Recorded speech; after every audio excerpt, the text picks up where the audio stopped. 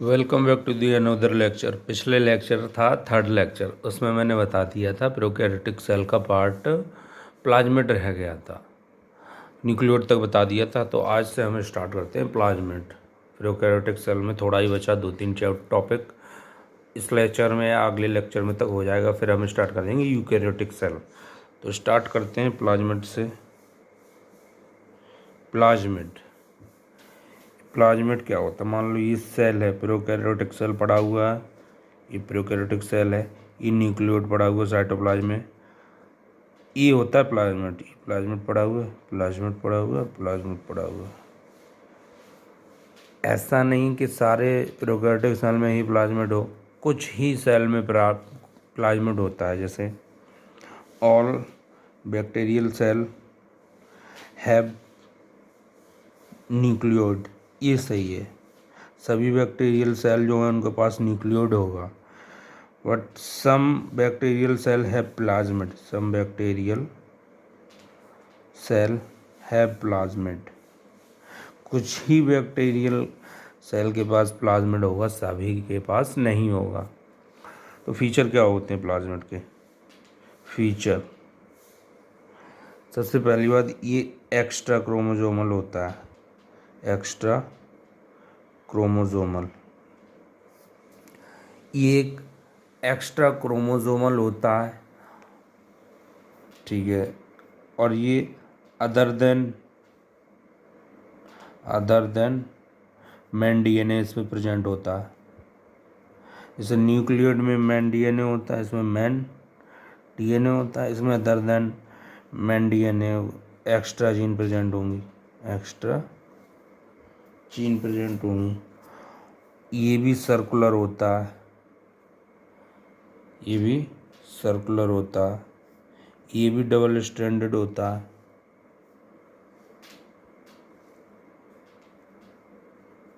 और सबसे ख़ास बात इसकी ये है, ये सेल्फ रेप्लिकेटिंग होता है, सेल्फ रेप्लिकेटिंग।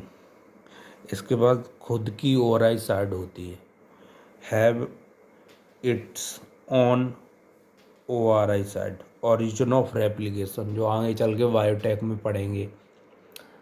तो इसके बाद खुद का ORI साइड है, और इसको कहा जाता है क्लोनिंग वेक्टर। प्लाज्मिड को क्लोनिंग वेक्टर के नाम से जाना जाता है। क्यों?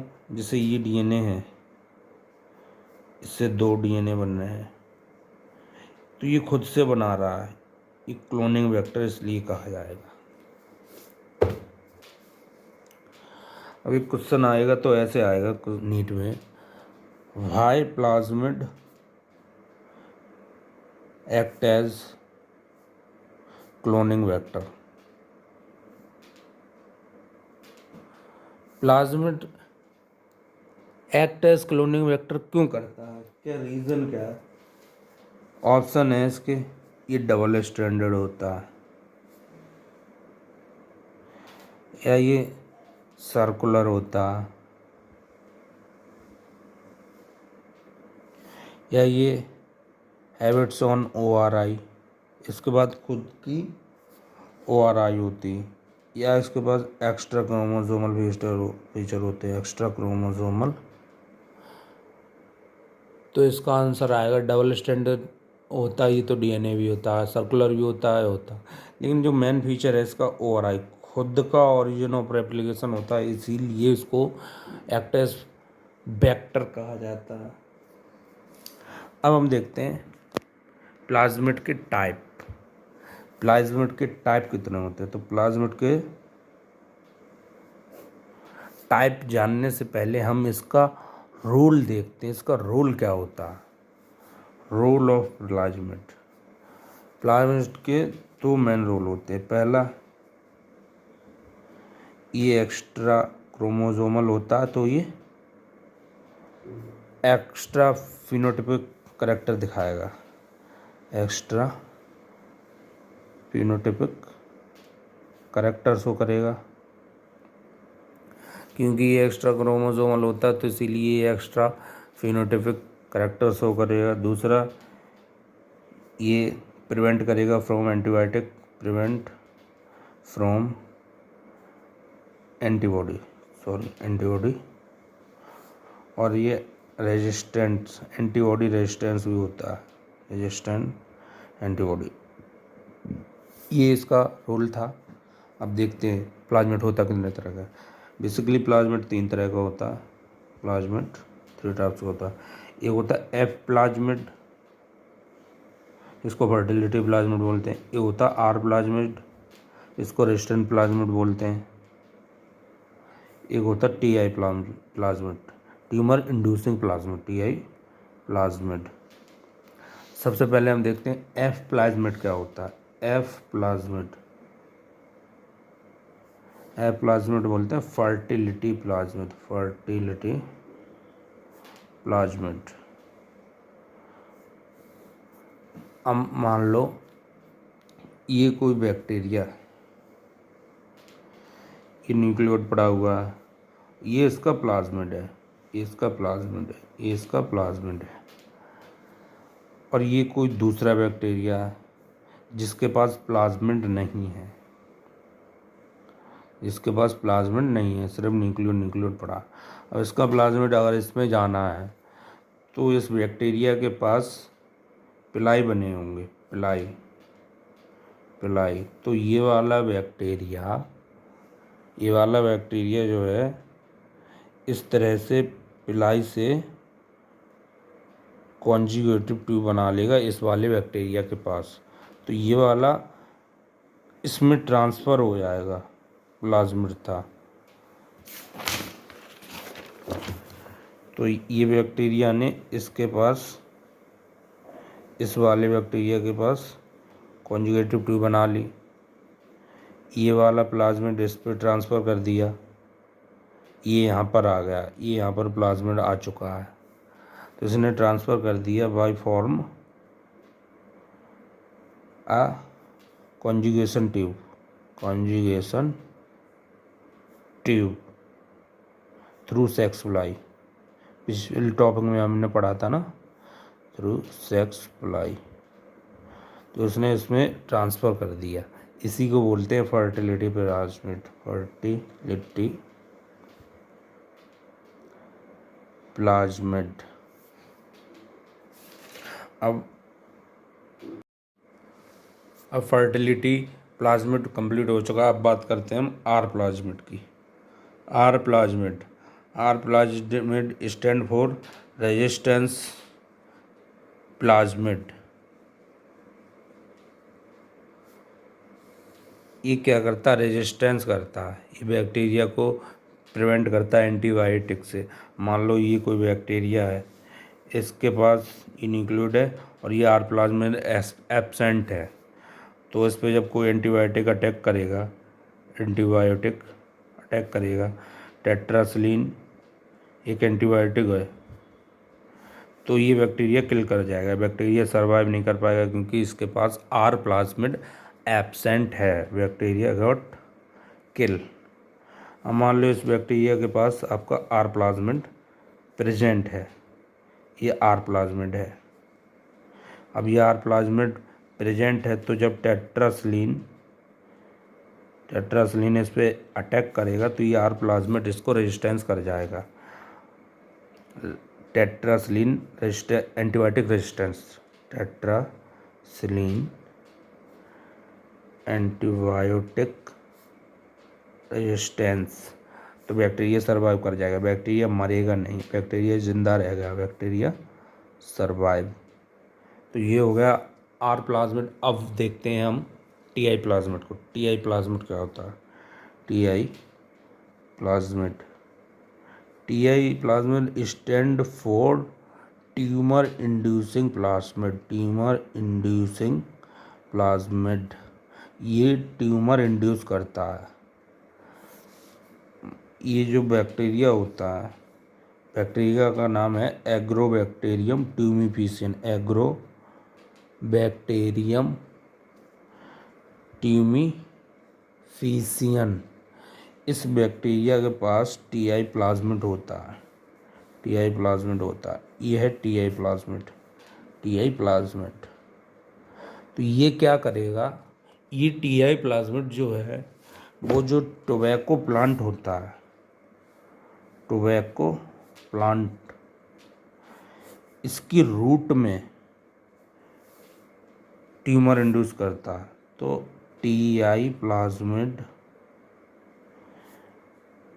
इंड्यूस्ड ट्यूमर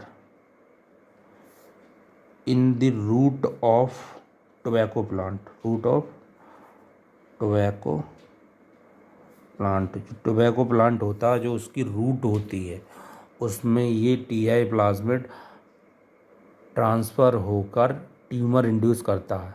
किसका? एग्रोबैक्टीरियम ट्यूमिफिशियन का। ये आपके तीनों प्लाज्मिड के टाइप कंप्लीट हो जाते हैं। अब हम चलते हैं आपका अनदर टॉपिक पर। देखिए, प्लाज्मिड के बारे में एक नोट जो कि बहुत इम्पोर्टेंट है। एट वंस, एक समय पर एक बैक्टीरिया में एक ही टाइप का प्लाज्मिड मिलेगा। At once only one plasmid present at same time. मतलब एक बैक्टीरिया में ऐसा नहीं है कि एक बैक्टीरिया में तीनों तरह के प्लाज्मिड मिल जाए या दोनों तरह के प्लाज्मिड मिल जाए, नहीं। एक बैक्टीरिया में एक ही तरह का प्लाज्मिड मिलेगा, दूसरा मिलेगा तो दूसरे बैक्टीरिया में मिलेगा। अब दूसरा ऑर्गेनल स्टार्ट हो जाता है, राइबोसोम। राइबोसोम। अब इंटरेस्टिंग लेक्चर स्टार्ट हुआ है। अब हम प्रोकैरियोटिक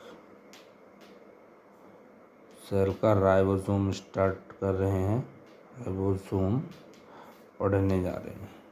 देखिए, बेसिकली होता क्या है कि जो राइबोसोम होता है वो केमिकली बना होता है RNA का प्लस प्रोटीन का।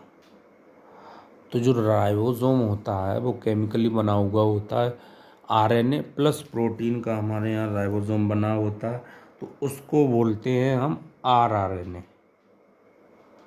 और राइबोसोमल RNA, राइबोसोमल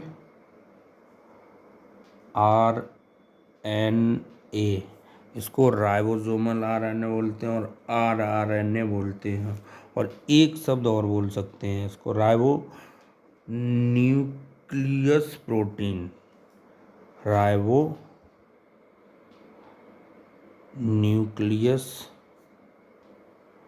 प्रोटीन, ये तीन नाम बोल सकते हैं हम राइबोसोमल RNA के। rRNA और ribosomal RNA, ribo nucleus protein, ये हम इसको कह सकते हैं। इनका साइज क्या होता है? राइबोसोम का जो प्रोकैरियोटिक राइबोसोम का साइज होता है वो 15 से लेकर 20 नैनोमीटर का हो सकता है।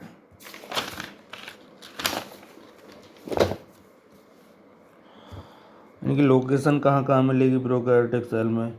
राइबोसोम की लोकेशन तो ये फ्री इन साइटोप्लाज्म में मिल सकते हैं। साइटोप्लाज्म, फ्री इन साइटोप्लाज्म, और मेम्ब्रेन से बाउंड मिल सकते हैं, बाउंड विद मेम्ब्रेन। जैसे मान लीजिए ये है सेल, ठीक है, ये साइटोप्लाज्म में भी पड़ा हुआ हो सकता है राइबोसोम, ये साइटोप्लाज्म में पड़ा, या फिर ये मेम्ब्रेन से अटैच है, मेम्ब्रेन से अटैच हो सकता है। तो ये दो लोकेशन मिल सकती हैं, साइटोप्लाज्म में या बाउंड विद मेम्ब्रेन। अब साइटोप्लाज्म का रोल क्या होता है? तो जो साइटोप्लाज्म का रोल नहीं, राइबोसोम का। राइबोसोम, पहली बात तो ये एक विदाउट मेम्ब्रेन ऑर्गेनल है। विदाउट मेम्ब्रेन ऑर्गेनल, ये विदाउट मेम्ब्रेन ऑर्गेनल होती है। उसका रोल होता है, ये involve in translation. Translation means protein synthesis. Protein synthesis में इसका रोल होता है। अब मान लीजिए ये आपका कोई mRNA है, mRNA, ये mRNA है। ये 5' to 3' है। इससे ये राइबोसोम अटैच होगा। ई small unit, large unit, small unit, large unit, यहाँ से ऐसे स्मॉल यूनिट, ये लार्ज यूनिट, ये स्मॉल यूनिट और ये लार्ज यूनिट। फिर यहाँ से चेन ऑफ अमीनो एसिड बनती जाएगी, चेन ऑफ अमीनो एसिड बनती जाएगी, चेन ऑफ अमीनो एसिड बनती जाएगी, ये इस तरह से। तो चेन ऑफ अमीनो एसिड को हम प्रोटीन बोलते हैं। Chain of amino acid protein. तो ये जो mRNA से राइबोसोम जुड़ रहे हैं, ये एक ही टाइप के राइबोसोम जुड़ेंगे। ऐसा नहीं कि ये दूसरा राइबोसोम जुड़ जाए, ये दूसरा नहीं, सेम टाइप का राइबोसोम जुड़ेंगे। इसीलिए इसको हम एक टर्म देते हैं पॉलीजोम या पॉलीराइबोसोम। पॉलीजोम या फिर पॉली राइबोसोम। इसका मतलब क्या हुआ? ऑन सिंगल mRNA, एक mRNA पे मैनी राइबोसोम अटैच होंगे to make protein. On single mRNA many ribosome attach to make protein, और वो भी प्रोटीन सेम टाइप की बनेंगे, सेम टाइप। ऐसा नहीं कि वो राइबोसोम वो प्रोटीन बना दे, वो राइबोसोम वो प्रोटीन बना दे, क्योंकि सेम तरह का राइबोसोम होता है, इसीलिए सेम प्रोटीन बनेगी।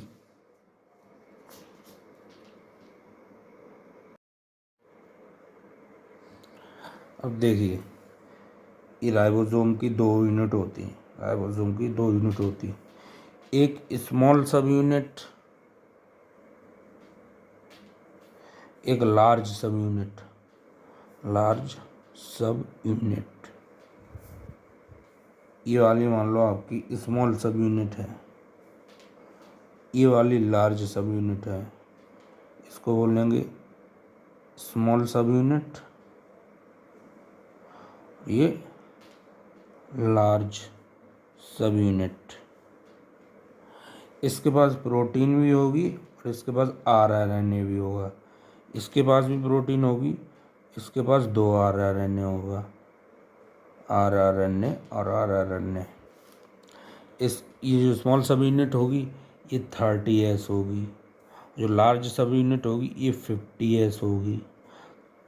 जब ये आपस में अटैच हो जाएंगे और इनको जुड़वाएगा कौन, स्मॉल सब यूनिट को लार्ज सब यूनिट को Mg+2 हेल्प करता है इनके ऐड होने में। तो इस तरह से हमारे पास ये आ जाएगा 30S 50S मिला करके 80S बनता है, लेकिन नहीं, इसमें बनेगा 70S। ऐसा क्यों? ऐसा इसलिए क्योंकि कुछ पार्ट ओवरलैप कर जाएगा तो कवर अप हो जाएगा, इसीलिए 30S 50S मिल करके 70S बनाते हैं। 30S + 50S मिलकर क्या बना रहे हैं? 70S। ई प्रोकैरियोटिक सेल का राइबोसोम होता है। और जो 30S है उसमें क्या होगा? उसमें 16 sRNA होगा, RNA। और जो 50S है, 50S में आपका एक होगा 5 sRNA, एक होगा 23 sRNA, 5S RNA और 23 sRNA। ये डिफरेंस होता है स्मॉल सब यूनिट और लार्ज सब यूनिट में। तो एक नोट ये है कि 70S ribosome present in prokaryotic cell.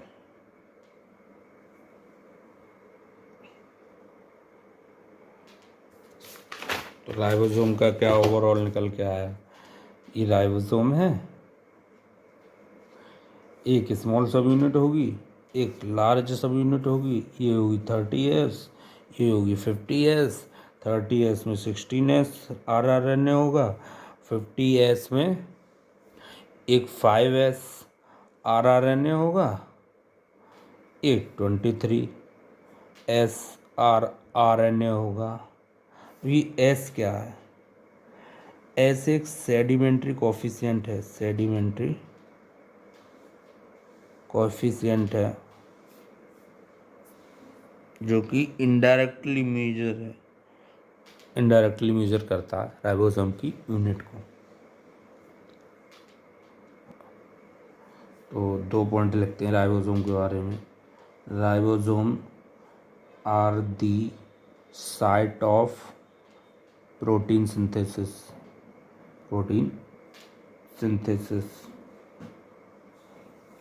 और ये विदाउट मेम्ब्रेन होते हैं, विदाउट मेम्ब्रेन, ये मेम्ब्रेन लेस होते हैं।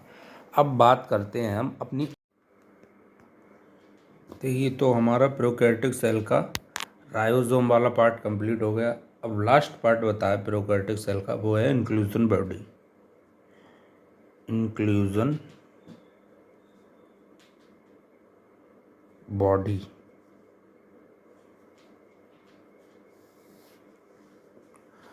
मान लीजिए ये सेल है आपका और ये ग्रेन्यूल्स की फॉर्म में इंक्लूजन बॉडी पड़ी हुई है, इनको बोलते हैं inclusion body. Inclusion body for inclusion body for storage, ये स्टोरेज के लिए प्रेजेंट होती हैं।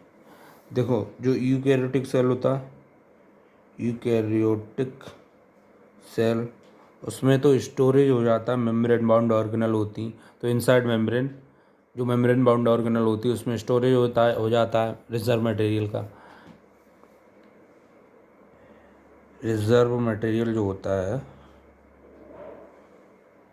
स्टोरेज के लिए इनसाइड मेम्ब्रेन स्ट्रक्चर, क्योंकि वहाँ पे मेम्ब्रेन बाउंडेड ऑर्गेनल होती हैं, और प्रोकैरियोटिक में मेम्ब्रेन बाउंडेड ऑर्गेनल तो होती नहीं है। प्रोकैरियोटिक सेल एब्सेंट होती membrane bounded organelle, membrane bounded organelle. अब इसमें क्योंकि मेम्ब्रेन बाउंडेड ऑर्गेनल एब्सेंट है तो इसीलिए इसमें एवॉल्व हुई इंक्लूजन बॉडी, और ये इंक्लूजन बॉडी जो है ये मेम्ब्रेन बाउंडेड नहीं होती हैं, विदाउट मेम्ब्रेन होती है। तो इंक्लूजन बॉडी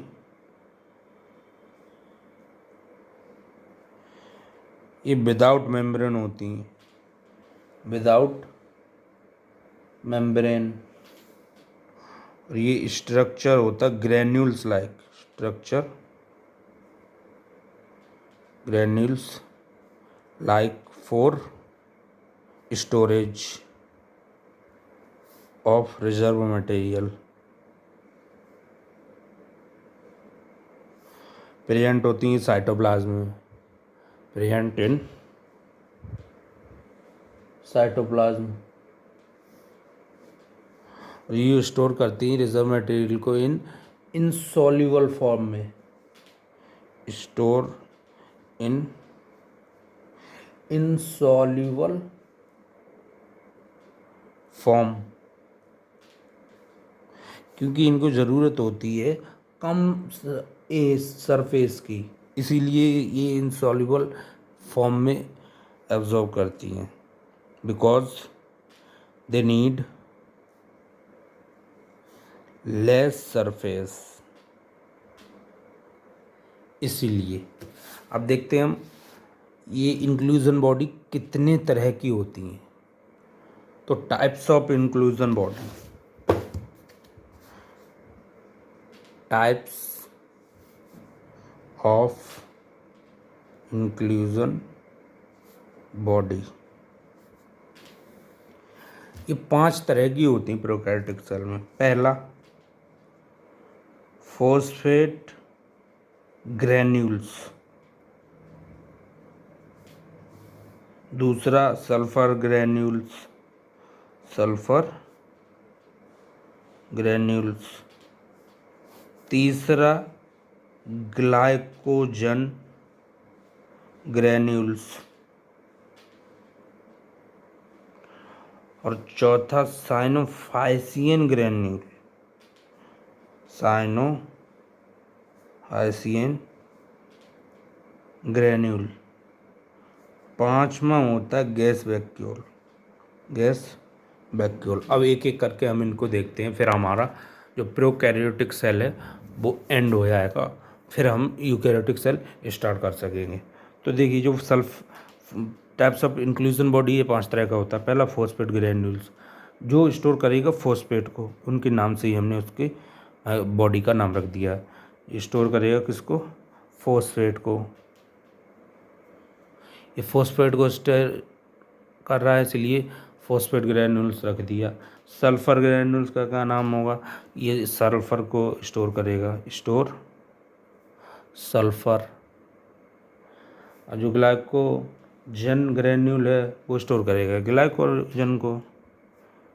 ग्लाइकोजन को, सीधी सी बात है।